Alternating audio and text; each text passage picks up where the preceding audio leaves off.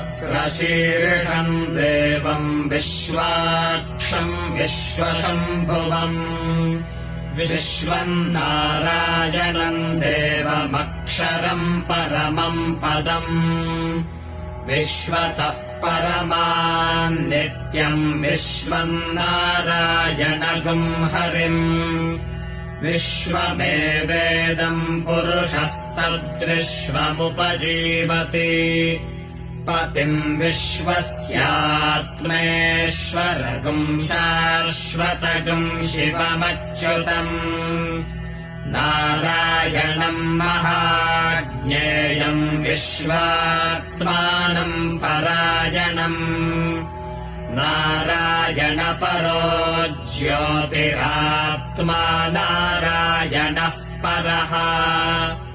नारायणपरम् ब्रह्म तत्त्वम् नारायणः परः नारायणपरो ध्याता ध्यानम् नारायणः परः यच्च किञ्चिज्जगत् सर्वम् दृश्यते श्रूयतेऽपि वा